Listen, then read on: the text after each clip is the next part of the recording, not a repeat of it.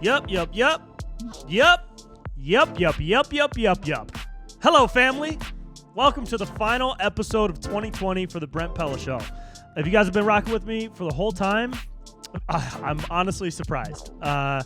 You're likely new or you came in the past couple episodes. But anybody who's been with me since day one, that's crazy. Thank you. Also, I am a little nervous for both your mental health and mine because I because of the shit that we've been through on this podcast. Guys, thank you for rocking. I started this podcast back in March of 2020. I had planned to launch it ever since the November of 2019. It had nothing to do with COVID.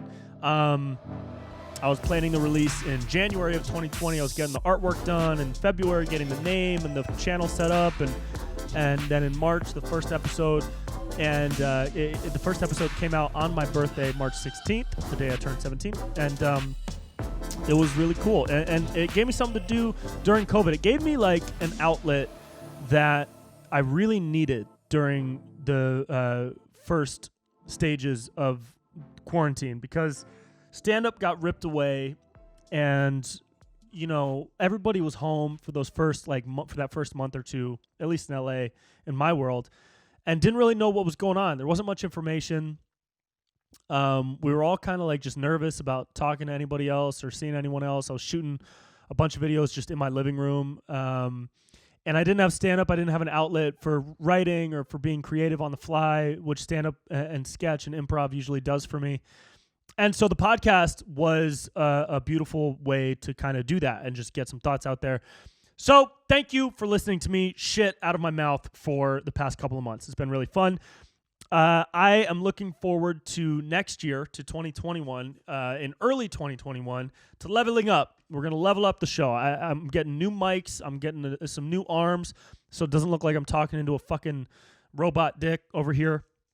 So we're going to level up the quality of the audio. And then ideally within the first month or two, I will be incorporating a studio aesthetic. So I'm not going to be shooting at my dining room table with a bunch of weird shit behind me. By the way, somebody asked about this shoe. This shoe on my wall that you see in the YouTube videos, this is a Kobe shoe. These are the, what is this, the 9s or the 11s? Which one is this? Or the 10s? No, this isn't the 10s. This has got to be the 9s. This is a Kobe 9. This was a limited colorway. It was called like Merlot or something. I got it, I believe, at Kobe Camp when I coached at Kobe Camp. Kobe was, I mean, if you've been listening to the podcast enough, probably the biggest inspiration or influence that I've ever had in my entire life for a million different reasons, most of which can be found in episode 24, where I did a documentary style podcast into the world of people who have been positively influenced by Kobe Bryant, like myself. And there are a bunch of awesome people in that episode. You're going to hear a highlight of one of them in this show. Anyways, that's why I keep it on the wall. It's an homage, and it's also just a fucking dope-ass shoe. They're the most comfortable basketball shoes I've ever played in my life, and I look forward to wearing them the day I kick Jake Paul's ass on the basketball court. So anyways, I'm looking forward to leveling up the podcast in 2021. The podcast is not something I've really been like super passionate about the same way I'm passionate about the videos and the characters and impressions that I put out online and stand up. But I definitely enjoy doing the podcast. I'm having fun with it. I'm having fun growing. I think when I level up too, it'll also level up my my sense of commitment to it, and it'll help me bring another level of creativity and attention and focus to it. So that'll be fun. And it's fun to see something grow, you know. Since launching in March, I've gotten 1,000 subscribers, and that's 1,000 people that have liked what I'm doing enough to hit the subscribe button. And that's pretty cool. And even if we're getting 500 to 1,000 listens per episode, that's nothing, but it's also like, who cares about the number? Because we're just chilling, you know what I mean? Anybody who listens to this knows that you're coming here to just kind of hang out for a little bit. We're just vibing, you know? So thank you for vibing. I really mean that. So that's that for the upgrades of the podcast. This episode, I would like to take a look back at some of my favorite moments from the show from the year 2020. So you're going to hear a couple different clips during this episode from my favorite moments of the show. First and foremost, an awesome clip with my good buddy, JP Sears. You guys know who he is. He's probably the reason a lot of you found out about me because we've done so many videos together. He truly is exactly what you would think he is. Just a terrible, disgusting human being that hates anybody that literally isn't himself. If you are not JP Sears, then he hates you. No, just kidding. He's the man, dude. He's awesome. He's my brother, and I love him so much. I love him to death. I look up to him in so many different ways. I look down upon him and spit on him and for so many reasons. I love JP. I'm sure you guys do too. And hopefully after this clip, you'll love him even more. So please enjoy this clip from episode... Oh, man. What episode was it? so I can let you know what episode it was. Episode 25. This clip is from episode 25 with my man, JP Sears.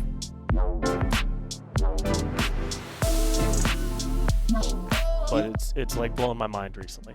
You've gone deeper than I. And I've got something to say yet. First, if we were in a simulation, find out that's true. Yeah. What or who is on the other side controlling the simulation? I think it's a different version of us. Okay. I think it's us Are they super far in the future. Okay.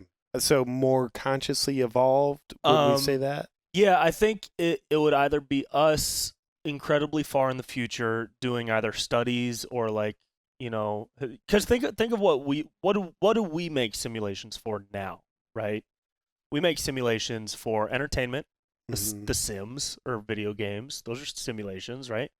Or we make simulations for scientific study, or training, flight simulation, right. Race car, or even we might make a simulation for possibly like agriculture, like to learn or to study plants or to see if these types of things would work in this environment. And so we create these mini modules of existence. And I think it could be like a very far advanced version of us doing that. Or it could be something that we can't even imagine. Yeah. Because like, what if we are like an agricultural byproduct, right? What if what they really want is like at the center of the world, or like is in the black hole of our universe, and like Earth is just a byproduct. It doesn't even fucking matter. We're an accident, right? Yeah. And what this other civilization really wants is the black hole that's in the middle of our universe, and that's where they get their energy from. So they create different universes so that they can use the energy from that black hole. And every once in a while, fucking life appears, and we're like an ant. Yeah, it's like flushing the toilet, a water droplet spurs out, and there's a little bit of life that happens. There's bacteria in the water. Bacteria, yeah. It's like... we might be the bacteria of the universe. Yeah. Yeah. And that water droplet wasn't intended to happen. And it's like, oh, something more important happened. Like, well, who cares? Yep. So, yes. And on that, what I heard you say is like, that's at the core of so much spiritual philosophy, so many different traditions. And I'm not talking about religion here. I'm pretentiously separating spirituality and religion. Sure. But so much spiritual philosophy says the same thing as simulation theory. It's just when you hear like a Silicon Valley fucking talk about it, they're talking about it in the context and suggesting a context that would have to do with electronics. So you start thinking video games, you're plugged into something, they're fucking like watching you. Controlling. Yeah. So at a literal level, it looks different. But when you look beyond the literal context, it's the same. So from a spiritual philosophy, they would suggest everything here is just an illusion. Like relativity, time, space, motion, all illusions of your imagination. And what's really happening is there's an absolute higher consciousness. In this case, maybe the smarter versions of ourselves deep into the future. But spiritual philosophy would say there's an absolute higher consciousness projecting itself into this experience Because in the absolute higher consciousness, it can know itself, but it can't experience itself because there's no relativity there. So it's just like if you were in a room never touching anything other than yourself, you could know it, but you can't experience it. Right. So from a spiritual perspective, life is a simulation, and that doesn't make it any less sacred. It means it's more sacred because it's finite. We have this gift of forgetfulness. We forget where we came from. Whoever is simulating us, higher consciousness, God, higher self, we forget about that so that this can seem very real. That is a gift. And the more we remember that we agreed to forget, the more this forgetful experience starts to feel like a blessing, not a curse. We start to take it less seriously. We learn to laugh. We learn to enjoy.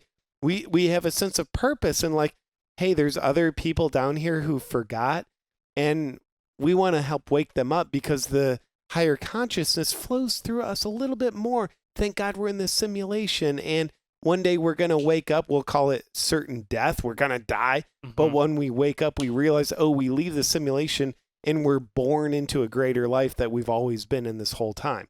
That's like the spiritual philosophy, which I just listened to that. I'm like, that sounds like simulation theory. So it's like, yeah, I totally agree. We're in simulation.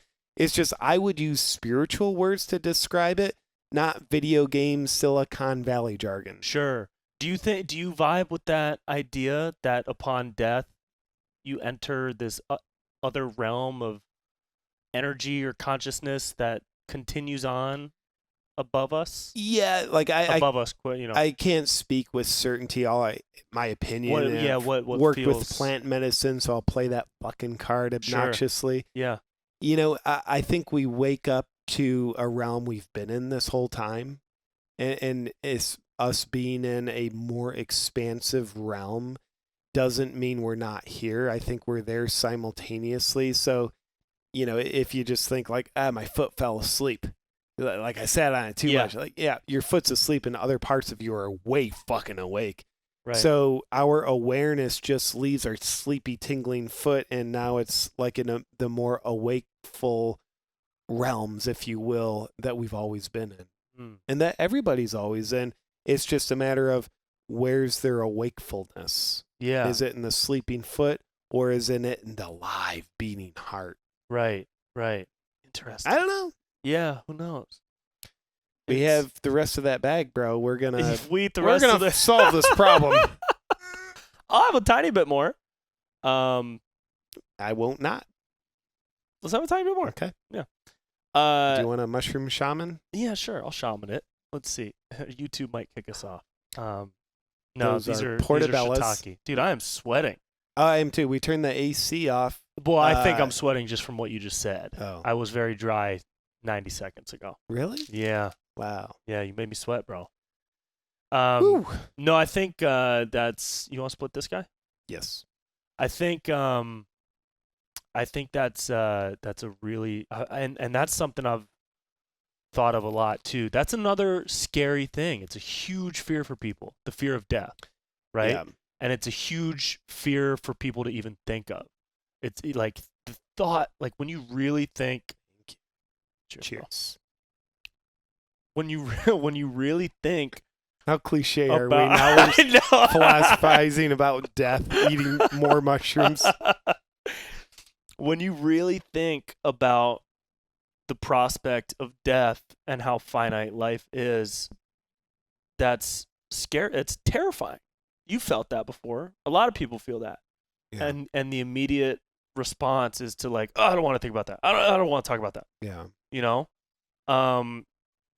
But I think accepting it, for me at least, like, and I still get that sensation sometimes. You know, you feel it in your chest that like it's like a white hot, like sensation that happens when something really scary happens. You know, but I think accepting it makes, like you just said, it just makes life more meaningful. Once you know that there's an end. Yeah. You know that there's an end, and it makes everything that's happening now just have so much more purpose.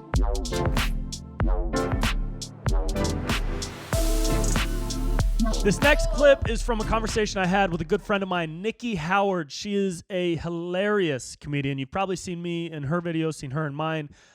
She's awesome, dude. She's one of the funniest people that I know. She's absolutely hilarious writer and performer, and we got along great. We make a bunch of cool shit together. So check her out, Nikki Howard, and enjoy this clip from episode 21 of the Brent Pella Show with Nikki Howard.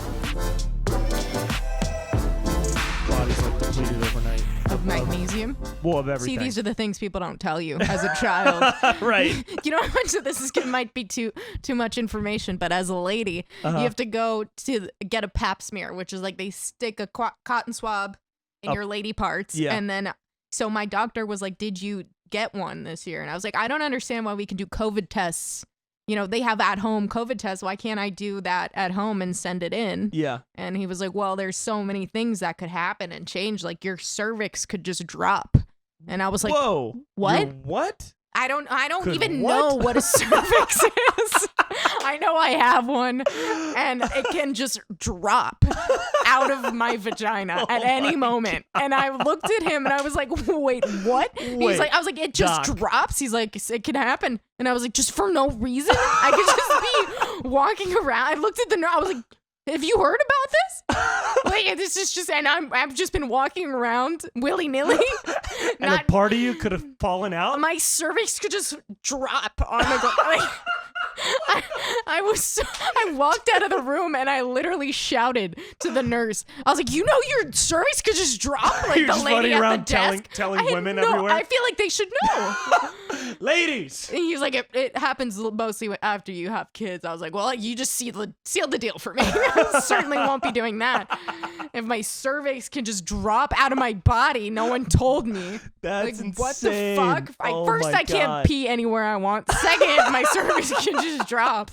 Like, I really feel like I got fucked. I don't understand women's bodies. I I don't really either. don't understand men's bodies either, but women's bodies are such a maze. It's so weird. It's weird. I don't get it. Yeah. I feel so cheated. I feel upset so much because I'm like, it could be so easy. Yeah. Like, it just, sometimes I like get so I'm like, feel like most of the time I'm like one of the boys, you know what I mean? Sure, but then sure. like once a month, I get crazy. And Yeah. I know, like, my brain is still this. I'm like, you're being insane. You're, But I you're can't it's- stop. Yeah, yeah. I can't stop. It's like you're turning into a werewolf. Yeah, it Yeah. really is. I'm turning into a werewolf once a week. Right. And I just go, I'm like, I'm aware I'm being insane. But like, be better. And then it's like, I like phase out of it. It's like, what? Is that what happened? I don't know. Dude, It's that's just hilarious. like, can you imagine just you start crying for no, no reason. I Yeah. couldn't find a highlighter and I broke down. No way. Over a highlighter. And then I found it and I cried harder. I was like, I'm so happy I found you. It makes no sense. And I'm so aware of it, you know what I mean? That I'm like, this is insane.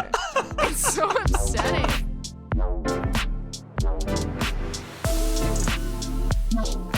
Now, like I said before, one of my biggest influences in life has always been Kobe Bryant. I coached at his basketball camp in college and for a couple years after college. I got to be around him for a week every summer, and I got to talk to him. I got to hang out with people that were close to him, and I had a moment with him that was really, really special. You can check that moment out in episode 24 of the show.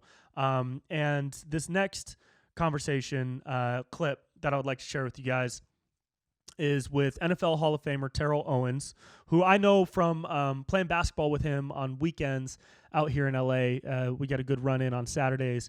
Shout out to Rob Best, good friend of mine too, from Kobe Camp. Rob helped produce this episode. He helped produce episode 24, which features a variety of people that were all positively influenced by Kobe's legacy in one way or another.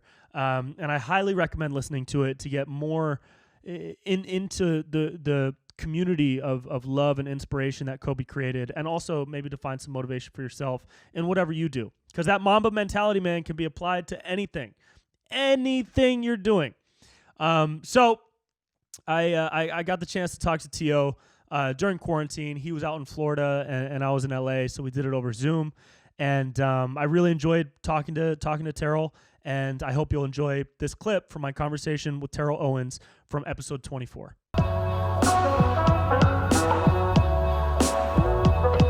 You got picked up by the Niners. He got drafted by Charlotte, traded to LA. Coming into both your leagues at the same time, had you heard of him yet? Yeah, I did. I mean, I think everybody realized that he was one of those phenoms. You know, everybody obviously had so much expectations of him. Obviously, the organization, considering they drafted him when they did. And then you started to hear all the stories about, what a phenomenal talent he was and how he patterned his game after Michael Jordan. And so for me, one thing that stuck out in my mind was, I think early on when he was, I think it was his rookie year, and he was playing in the game, and they were going to him, and he was taking all these shots, and he was missing. He was airballing. Yeah, against the Jazz. Right. It was one of those moments. It's like, you really didn't know what the future held for him, and it was like, man, me watching the game, it's like, man, there's so much tremendous pressure on him just as a high schooler, and they're looking for him to take game-winning shots.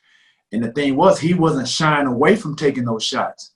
And so it's, obviously you fast forward and you think about, the people that critique his game and they make such comparisons with whether it's him, Michael Jordan, or they try to rank, him, Mike and LeBron, in no particular order. But you think about how much pressure that had to be on him as a high schooler to not, like I said, have your team and organization look to you to take those shots. And then you just have the balls enough to take them, and, whether you make it or not, you're going to take it. And so for him, that was sort of like a microcosm. We saw a short window of who he was.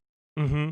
And when you were coming up in your early years and into your career, as your career kind of mirrored his, were there moments where you would see like his highlights or him playing, and it would spark something in you? When you talk about the totality and the entirety of his career, I like it because it's not squeaky clean. It's not squeaky clean. He's not perfect, and I like that. And for me, I'm the same way. I'm not a perfect person, and we all aren't perfect beings. And Kobe is a prototype that basically everybody, as you're asking me, we marveled. We look for motivation, inspiration, and just the way he approached the game, just his demeanor while playing the game. These are the things that I watched. And these are some of the things that I had in myself. But then when you think about tough moments that we all have as athletes and we want to push through, or we find ourselves in moments where we're looked upon to make big plays, you kind of think back and you kind of reflect and you think about the greats that we have witnessed come through in the most triumphant of times. And so I was the same way when I was on the football field. I knew I wasn't Kobe. I knew I wasn't Michael Jordan. And I knew I wasn't Jerry Rice, who I played with, my teammate. But we always, for me, I never was a high school standout. I wasn't a high school star by any means. And I'll say the same for myself at the collegiate level. But once I developed that confidence, that self-confidence in myself, and I saw guys that were talented and they elevated their games that much more. When you talk about Kobe's and the Michael Jordans, and now we're seeing what LeBron is doing. You talk about most notably Michael Jordan and Kobe. They have that killer instinct, that mentality that you just don't see from certain athletes that we should see it from. And so, Kobe did it for me. Michael Jordan did it for me. I just saw guys that they didn't allow their athletic ability to just float through their years of playing. They basically pushed the envelope of what was inside their bodies. And you've heard Kobe say it many, many times, like he pushed his body to the limit. What's that like in the mind of a pro athlete to really just say, you know what, I'm not just going to coast on my talent. I need more. It's similar to what I have now when I speak to kids, and I have a clothing line, and the premise and backbone of my clothing line is based on my 3 Ds. That's desire, dedication, and discipline. Obviously, the desire was there. We know that with Kobe, but in order to get to where he is now, that legacy that we now know of, he had to dedicate himself, and there was a level of discipline that he had to apply to his game. You talk about, the 82 games plus the playoffs, how much wear and tear that is on your body. And for him to kind of, obviously take care of his body in that aspect, to get in cold tubs, make the time to do that, to recover. Not a lot of guys, not a lot of athletes are willing to go through that to become the best version of themselves. And that's what separates Michael Jordan and Kobe and the top 2 in ever to play the game between the next 3 and on. And, you talked about the amount of pressure that pro athletes have, and especially that Kobe had on him when he entered the league, and how that pressure really just intensified throughout his entire career. And he's getting pressure from the organization, pressure to perform well on the court, pressure to be a great businessman. But the through line for Kobe's life was always his family. And it doesn't surprise me. You have to allow a person to grow up and mature and become the adult and the human beings that they become. And we saw that with Kobe, and we don't know what entails or what goes on when an athlete goes home away from, what they're called their sanctuaries is the court or the football field, or any type of sport court, or whatever the surface is. We don't know what those, we don't know what their life is like, once they leave that and then go home to be a parent, a husband, or what have you. And so I'm glad that there has been a lot of light shed on who Kobe is. I just posted, a picture on Instagram just moments before we got on here. And it was one of the last times that I saw Kobe in person. His daughter, Natalia, I think she was a junior at the time, and she played at Sage Hill, playing volleyball. She played at Sage Hill High School, and my daughter, who was a freshman playing on the varsity at Culver City High School, they played a volleyball match against them. And so I didn't know Kobe was going to be in the building. I was just being a dad, doing something that, I didn't have and didn't experience with my dad, but just being there to support my daughter, my kids. And so, man, I walked in the gym, and him and Vanessa, they were sitting up top.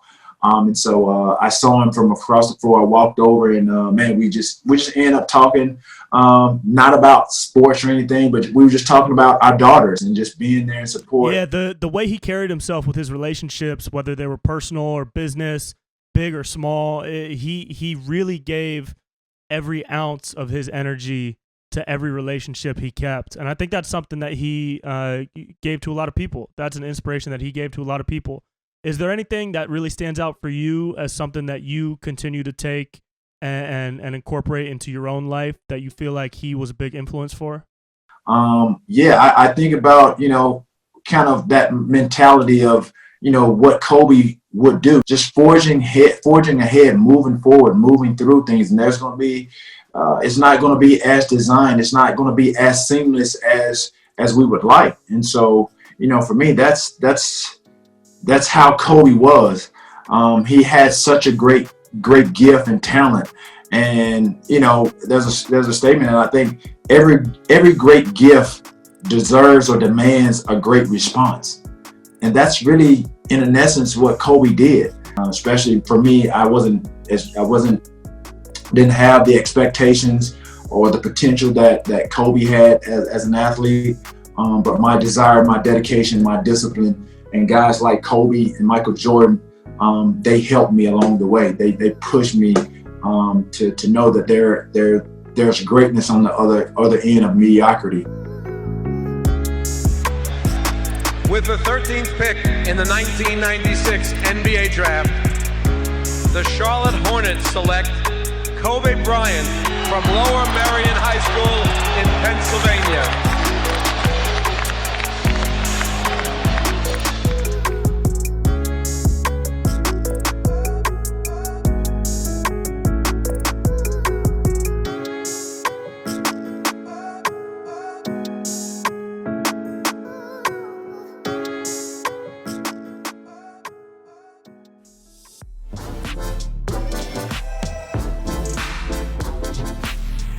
Now, guys, I am lucky enough to be living in a time where people are connected in so many different ways through comedy and entertainment, and it's a very collaborative environment out here in LA because there are so many nice people, at least in my world, and I love that. And one of those people is Alex Hooper, who I remember seeing Alex at the first open mic I ever did in Los Angeles. I was sitting in the crowd. I was super nervous. I hadn't gone up yet.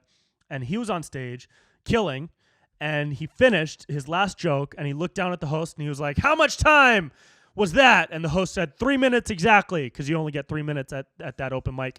And Alex goes, "And that's what a pro looks like."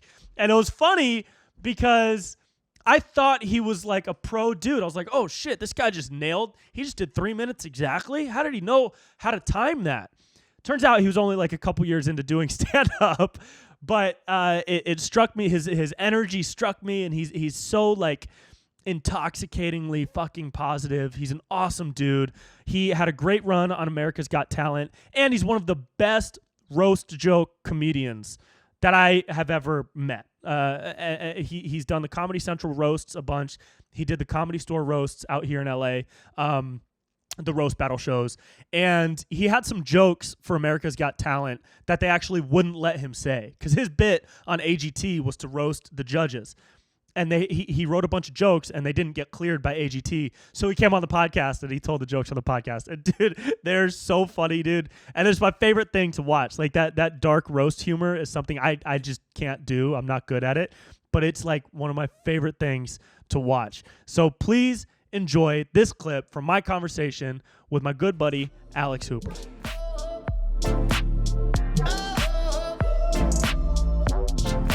They allowed me to really be myself, and they listened to my ideas. Were there any jokes that they said, this is a little too far? So many. Can you say some of them? So Do you have many. any that you know of? Yeah, there's a few. Because you did roast jokes for the judges, and you have to get those jokes cleared by the producers before you say them. Yeah, and not even just the producers. Then that has to go up to the network. Yeah, so it goes and the through. studio head. It goes through probably 8 to 10 people that all have to sign off on this thing. Woo. And I mean, I'll tell you how specific it is. One of the jokes that I didn't end up using was for Simon Cowell, and it was, "I gotta say, your dentist is good. Your teeth are so white they sell coffee in a poor neighborhood." Right? And Originally, I wrote that joke as a bad neighborhood. And they said, "Ooh, Alex, we cannot use the word bad neighborhood. It implies a minority neighborhood. This is a very fickle climate we're in this year." And I said, "Okay, can I say poor neighborhood?" And they were like, 100%. What? And I was like, that's worse. That's so much worse. It's so much worse. But to them, they don't see that. They don't get it. And so like there's all these things where like I have so many examples of that. I mean, I have like hundreds of emails back and forth of like, what if I word it like this? What if I do this? I will tell you my I'll tell you a couple more. Yeah. Because this is I love doing this. Yeah, you gotta get them out. I had one for Terry Crews. That was he grew up in Flint, Michigan, so he wouldn't feel trapped. His skin used to be white, but he drank from the tap. and they were like, that's they were like, that's really racist. And I was like, a little bit, but more so it's a political statement about the fact that these people still don't have clean water. Right, yeah. And they were like, but are you saying that if you drink bad water, you'll turn black? And I was like, no, you are saying that now. I didn't think about it that way. Don't put those words in my mouth. But that's what happens is like you tell a joke with no intention that and then they reconstruct it to hear something completely different. I really wanted to do one for Heidi Klum where I said, "Heidi, whatever you do, just keep smiling and then everyone will forget you partied on Epstein's island. And they were straight up. Whoa. I told them that, and they were like, no. Oh. And I went, but you told me to make fun of their choices. You told me to stop making fun of their ethnicity and their appearances. You told me choices. And the producer is British. She goes, oh, Alex, there's more of that family-friendly pedophilia material we love so much on our show. Oh, my and I was like, God. all right, fair enough. Is she on the flight logs? Mm-hmm. Fuck, dude. Yep. Oh, yeah. man. And then I'll give you one more. This That would have been brutal. is hands down my favorite one. I fought tooth and nail to get this on TV. I gave them so many different variations of it, and eventually they said no. It was for Sofia Vergara, and I said, Sophia, I loved your soda commercials. That's no joke. But I was surprised it was Pepsi. Most Colombians sell Coke. And first of all, look, I'm not trying to toot my own horn. That's a perfect That's joke. an insanely perfect joke. It's a perfect There's joke. no fat on that joke. No. There's no fat. It It works. can't be better. It works. So it's a double entendre. It works It for fucking her. rhymes. It's everything about it is there. And basically they came down to this. They said we can't generalize a stereotype about a country like that. And I was like, what, you mean that Colombia has cocaine? And they were like, yeah, Alex, we can't say that. And I was just like, what do you mean? Oh, man. I was like, I sent him an email. I was like, ask 100 Americans one thing they know about Colombia. Cocaine. 95 will say cocaine. At least 95. The other 5 won't respond because they're too busy doing cocaine. Okay? What was the question? What was the question? Colombia? Do you have more?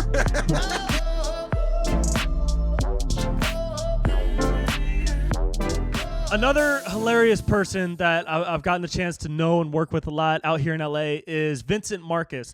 This dude's vocal talent is insane. He is so good at doing impressions. You close your eyes, he can do 30 different people, and you'll think they're all in the room. We did an episode of the podcast together where we just riffed on impressions, and he's so much better than me at all of the impressions, dude. It's so funny to just watch him go off on a tangent. He did Ben Shapiro in the Joe Rogan Ben Shapiro video that I did with him. He's done.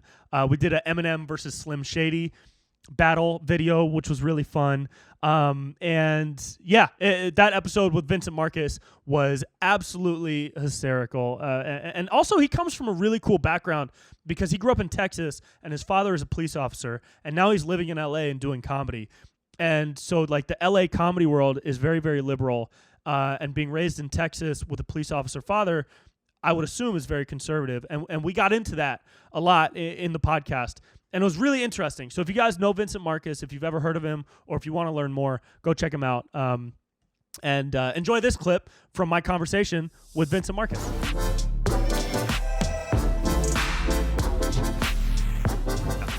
Mushroom coffee? Absolutely. What is It's really good. It's not psychedelic mushrooms. It's it has like lion's mane and chaga. Wait, can you say it as if Joe Rogan was saying it? That's what it sounds like something he would say. Yeah, it's got It's good for your body. If you've never had it, the mushrooms, right? Think of these plants that grow in the ground. There's the emphasis on the and you put them into your body. So it sounds like he could. You put the coffee into your mouth, just your face hole. It's a hole in your face, man.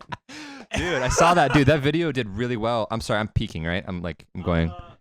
Yeah, you're fine. It's okay. I'll figure it out. You sound great. Okay. But yeah, I saw that Yeah. video of yours on Facebook, dude. It did It popped. It popped. Like kind of accidentally. I did not expect it to pop like that. Hey, it happens though. Which is fine. Yeah, it's great. I was like, I've always been trying to find characters and impressions that aren't like yelling sure all the time because I yeah. tend to do a lot of loud people. It's really hard to watch. Yeah. No, I'm just kidding. No, it's and Rogan, like nobody's done him. of course, yeah, that's perfect. And so I thought, he's also like really, really mellow. He's not like some crazy wacky character guy. Yeah, absolutely. No, it's funny that you nailed that. The whole thanks, like man. his body.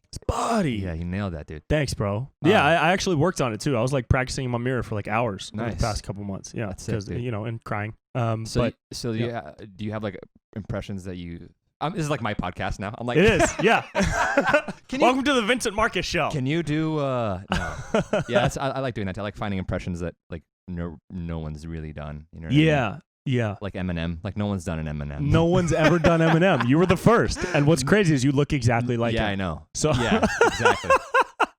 Yeah. What's an impression that you've done that you think like you kind of owned? Like no one else really did that one. Oh, I'd have to say Eminem for sure. You did. I'm just kidding. No. Well, the young one. I'm kidding. The young one Slim, you did. Slim, yeah, absolutely. Slim, yeah. I'm just so I do an Eminem and so does Brent. That's why this is funny. This is great. So no, I don't know. Probably. I guess one impression that I've done that I haven't really seen anyone really do is Ben Shapiro. No way. What do you do for Ben? I say, well, welcome to the Brent Pella Show podcast. It's actually one of the best podcasts on the planet. If you haven't subscribed to Brent Pella's show, it's actually nonsense if you haven't subscribed to Brent Pella. So just make sure to do that, guys. And also, blinds. We need them, right? 1-800-blinds.com. If you guys want to use the promo code, #Ben, it's 25% off your first purchase, guys. Okay. So it's really... Oh, my God. Yeah. His words are like on top of each other. On top of each other, very fast-paced, very intellectual, very, very concise, very specific. It's very... Sometimes I'll lose it, though. But like I have, it's very... kind of like nasally, right? Yeah. So I mean, that's kind of one I'm working on. Then like I'm trying to do like some I don't know like Theo Vaughn and stuff. Like I've been trying to work on Theo. It's tough, dude. But like I don't know. Podcasting opened up like a whole new avenue for that type of stuff. Because all these guys, I mean, I would never do an impression of a comic because I'm a comic, right? Absolutely. But a comic on a podcast is like a whole different world. Sure. You know? So I've been looking at like Brendan Schaub because I want to do. We should do something dude, like that. That would be hilarious. I'll be like, bro, what the fuck, bro? Like, Brendan's got like this. Have like, you been to the food bro, trucks? bro. Oh, come on, and he just starts crying when you talk about like food trucks or something. But yeah, because I want to do like Joe Rogan Talks to like a little mini series. Sure. And I want to do Alex Jones. That's one I for sure want to do. Do you have Alex Jones? I've messed around with Alex Jones just like on a story post or something. Okay. And he's just, Joe, here's what we're gonna do.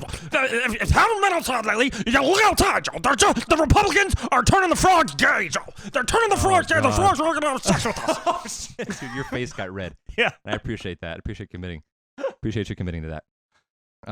He's but no, a fun one. Alex Jones, he's from Texas, so he's got that Texas. Oh right. Yeah, he's got that Texas draw. Too. Yeah. But yeah, Alex Jones. I've dabbled in Alex Jones. I haven't really nailed it though. Mm-hmm.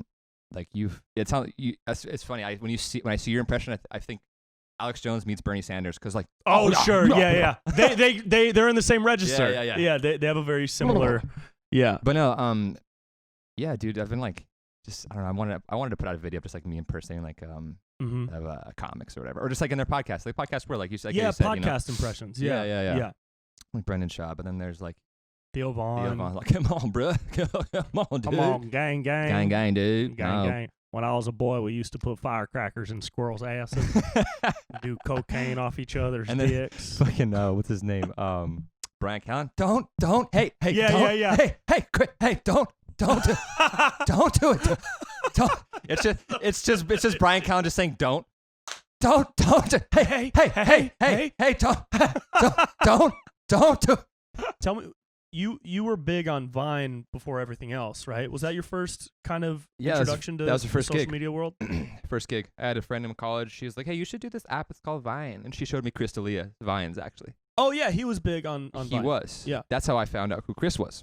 Yeah. And but yeah, so I started doing Vines, and then I, had a few videos pop off, and I think Vine was the first app that ever kind of blew people up not overnight, but like it made people famous or whatever. It was never. It gave you like notoriety. Yeah. It was the first. Yeah, app. I mean, because people, you could be Instagram famous, but it took a while. It's gradual. You didn't really become Instagram famous because there was no video on Instagram at that point. Right. So it was just for photographers. Yeah. Pretty much. Yeah, and like food, whatever. And food. Yeah. Right. Assholes take pictures.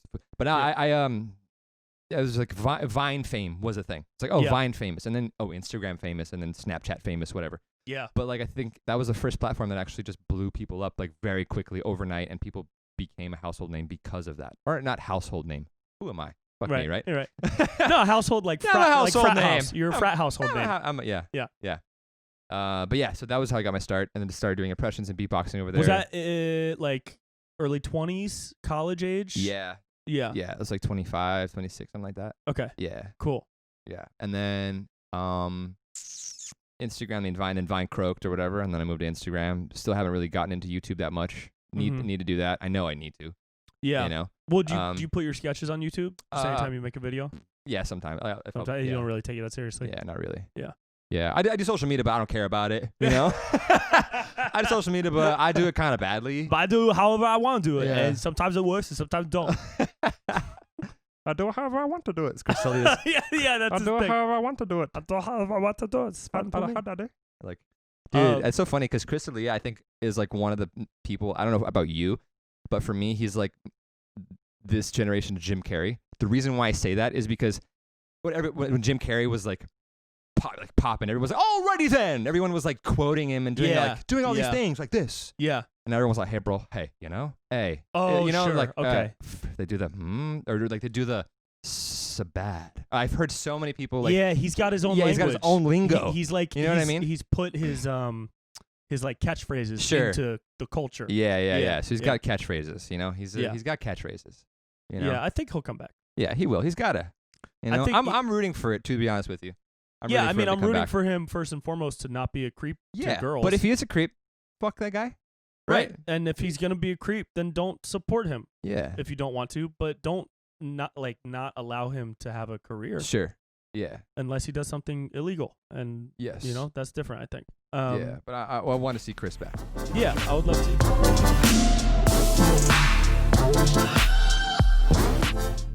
This next clip is from episode 23 of the show with my homie Madison Morgan. Madison is an adult actor based out of Vegas, and she came out to LA to do some work, and we ended up making a couple videos together. The kind of videos that are allowed on YouTube is what we made together. One of them is when role play goes when he takes role play too far, which it goes down as one of my top 10 favorite things I've ever made for sure. Another one we made was how couples share the bed, when your arm gets stuck under it. Anyways, it's funny. Go check those out and enjoy this clip from episode 23 with Madison Morgan.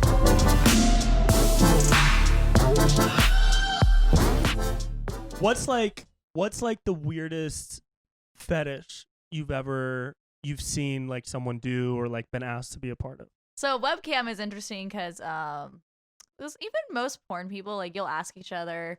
Probably know we gotta wrap this up soon. But you'll be like, so what do you like? I like it because it's like, I have my test. Great, I have my test too. So what do you want me to do to you? Or what do you want me to not do to you? Like, they'll just flat out ask you, which is cool. Yeah. But no one really has anything weird. It's funny because I'm like, someone be into something weird. Wait, I have one guy who likes me to suck on his left nipple specifically, and I was like, all right. Like, his left? Yeah. Just the left one? He said he got in a BMX accident, and he had a full body cast, and then, like, he liked his left nipple sucked on because he couldn't do anything else.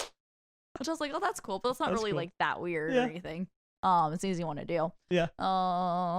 Okay, so I had this guy. His name was Seth, the lowercase s. Okay. Pops in my chat room. I'm like, okay. And then he takes me to a one-on-one show, and he's like, can I see your feet? I'm like, okay, whatever. He's a fuck guy. So, I pop my feet up, and he keeps calling me pal. Like, that's something else, but okay. Pal it is. Mm-hmm.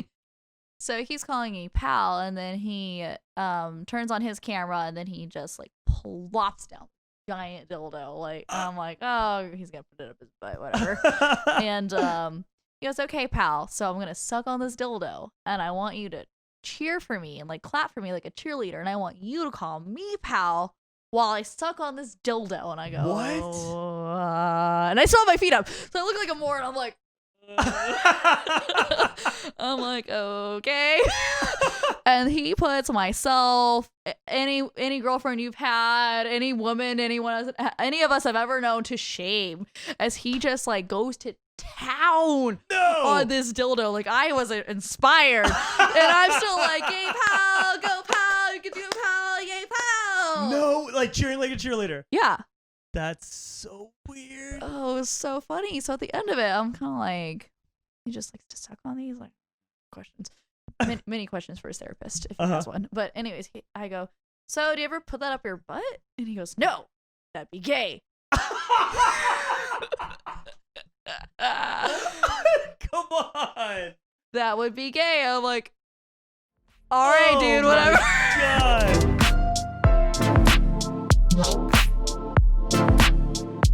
This next clip is with my good buddy, Dr. Gary Shlifer. Dr. Gary, man, we started messaging each other on Instagram, and I really liked what he was doing. He was doing he practices a type of medicine that's preventative rather than, I forget the term he used, but preventative in the sense that you want to keep your body healthy so that you don't get sick. You don't want to treat yourself once you get sick. You just don't want to get sick. And there's a lot more to his philosophies about medicine that I really love and enjoy. And he's just an awesome fucking guy. And I'm excited to bring him back on the podcast in 2021 for another in-depth conversation. But for now, please enjoy this clip from episode, oh man, what episode was this? I gotta stop doing that, dude. Episode 11. This was early on. I talked to Dr. Gary. So Dr. Gary Shlifer. Oh, shit. I'm sorry, Gary. I might have spelled your fucking name wrong, dude. Let me see it right now. Dr. Gary Shlifer. Shlifer. At Dr. Gary Evolve on Instagram. Check him out. I love the guy to death. We'll have him back on the podcast soon. And here's a clip from my conversation with Dr. Gary from episode 11.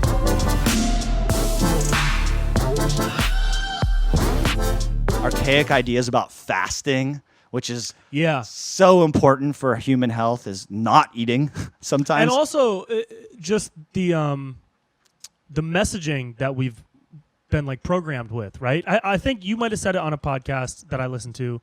If not, I'll just come off as brilliant and take it as my own, which is totally fine. But the phrase "breakfast is the most important meal of the day." Was that you? Yeah. Did you say this? Yeah. So you said this on a podcast, and it resonated so much because, dude, I've been skipping breakfast for like 2 years. Yeah. I don't eat breakfast. I don't know about breakfast. Yeah. Breakfast or dinner. The people who said breakfast is the most important meal of the day were trying to sell you food fucking companies. Breakfast, dude. That was a fucking food company. It was an ad line. Yeah. It was like saying Coca-Cola, enjoy it, or whatever. Nike, just do it. It's the same phrasing, but it got so ingrained with people that now most people can't imagine waking up and not eating right away.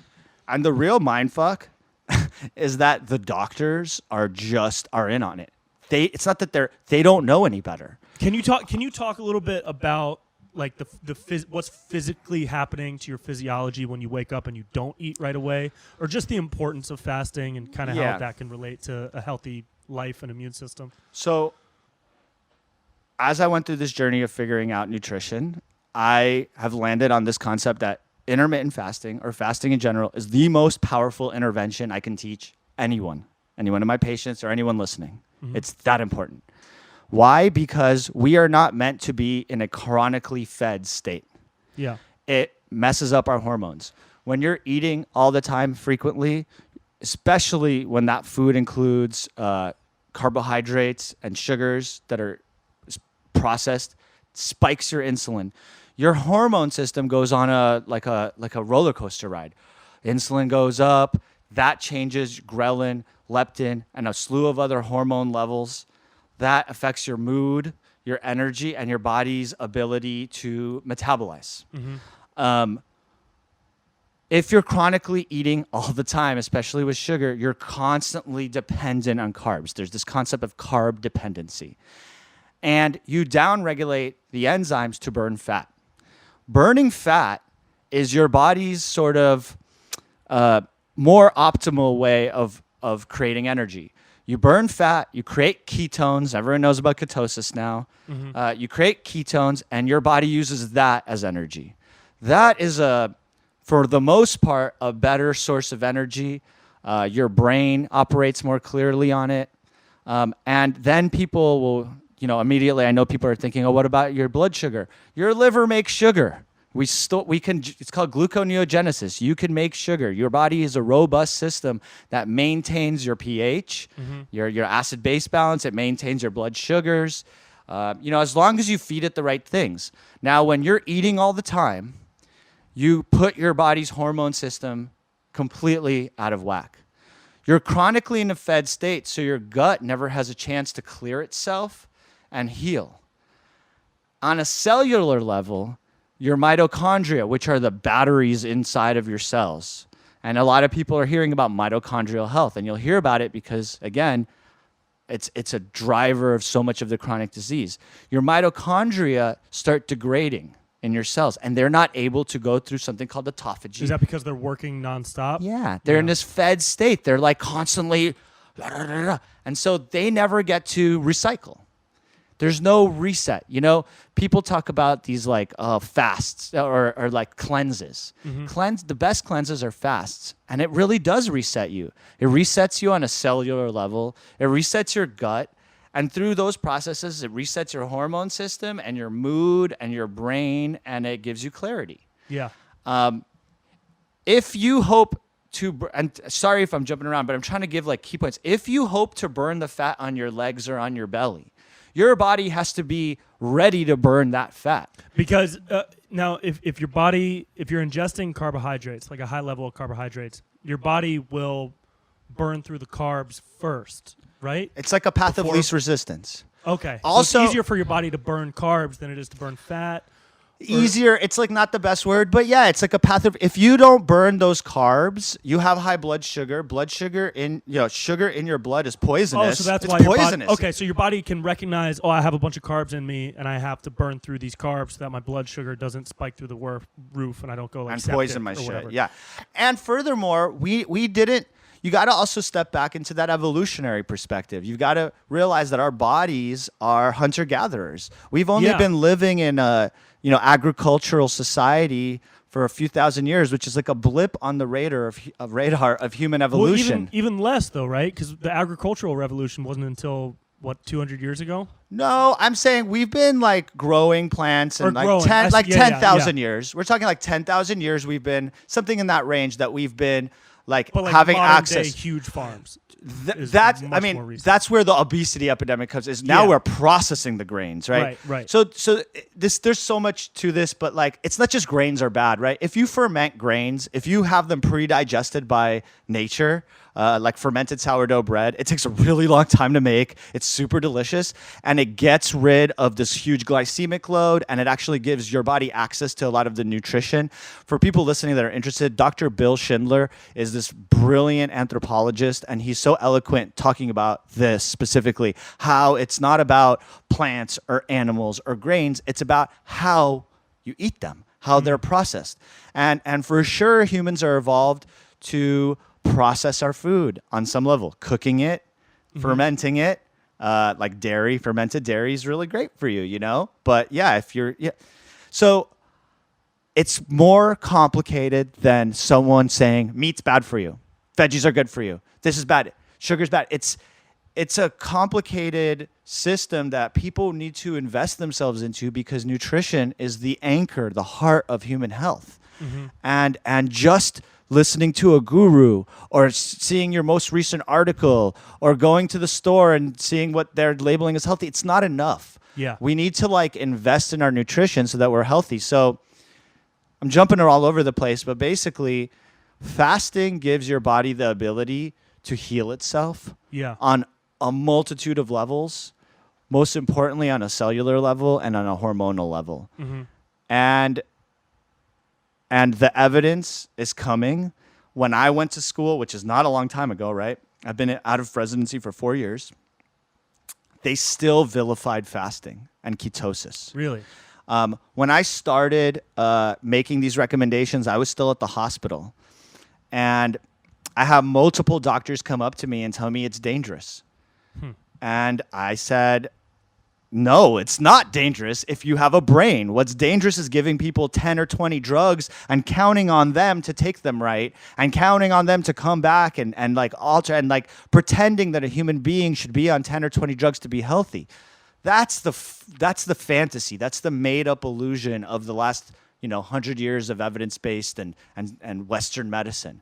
And again, it has a role. We could get into the Flexner reports and where Western medicine has its roots, and we're certainly good at emergency medicine and saving people's lives in a from injuries and even treating some cancers, right?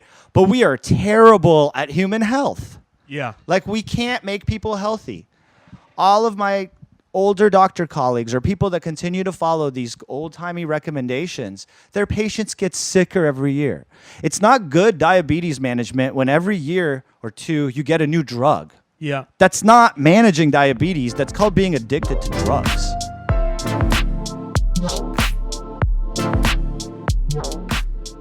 And finally, I would like to say thank you one last time. I'm going to bring it home with a final clip between me and my buddy JP Sears from this 3.5 hour long conversation that we had when I went down to visit him in Austin.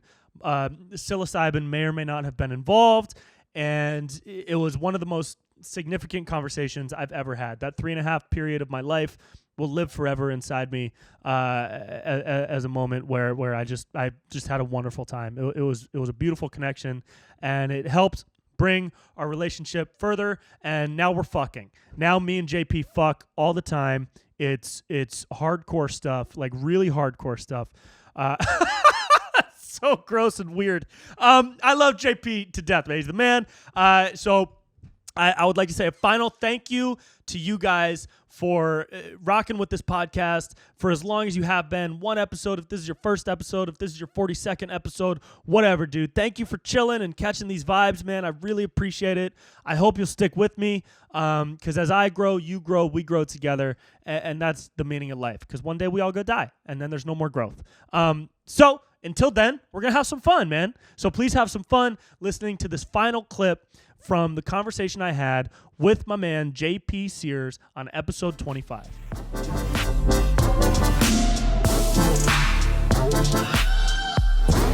And for the record, I do believe in past lives. I think they're technically parallel lives. Parallel lives. Yeah, I was just we get thinking. into times and illusion, so Sure. past, present, future, like maybe it all happening infinitely now, but we can't comprehend it all now because it overwhelms our human consciousness. Yeah. So we get to extrapolate it into the illusion of time so that we can actually have an experience and not be overwhelmed by the all-knowing of it. Do you think there are ever crossovers in between the parallel lives that are going on?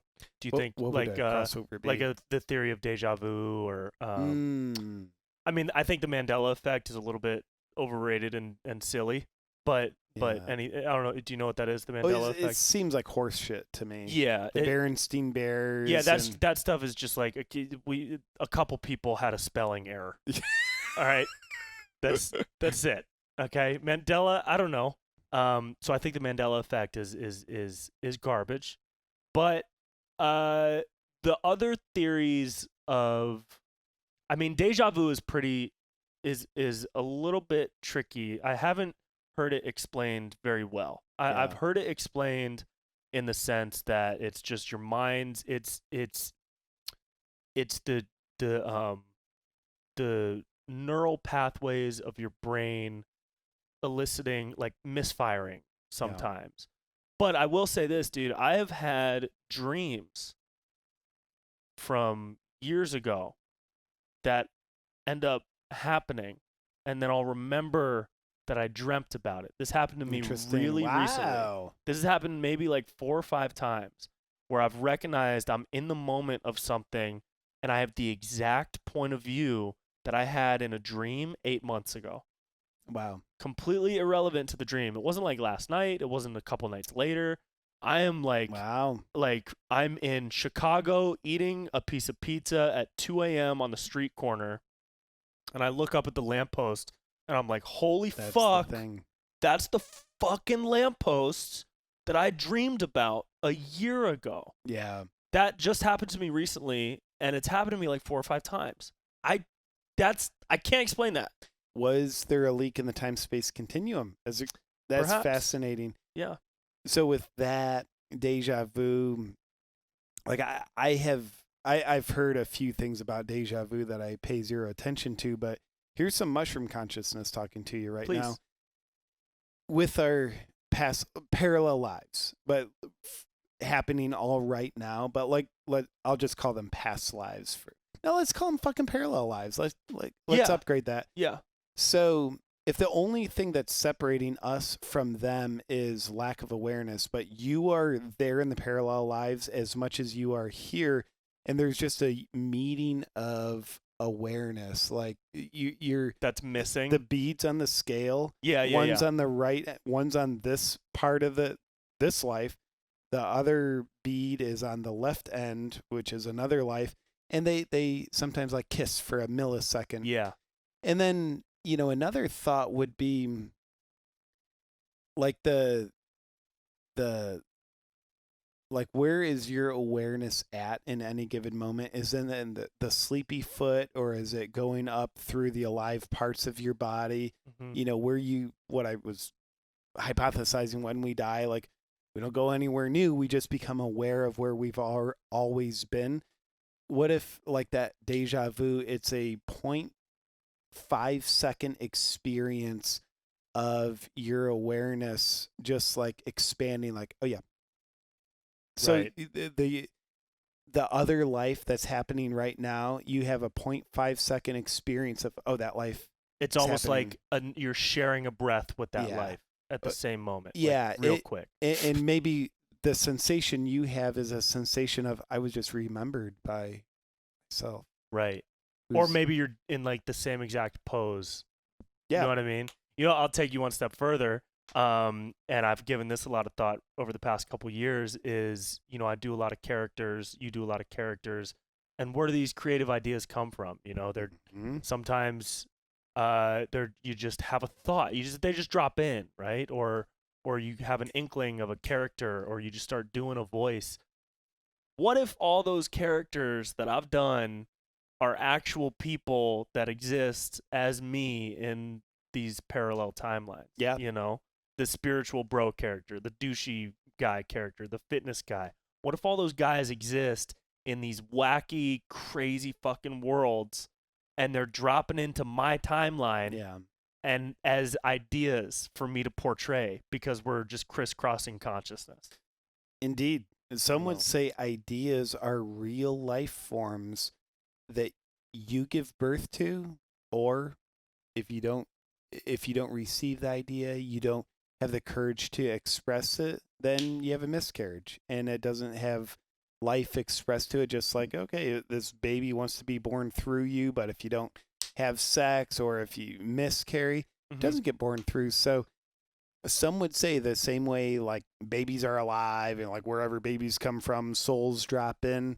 Maybe ideas are just as alive. They just ideas don't vibrate at the physical plane until they drop into you, and then you express them.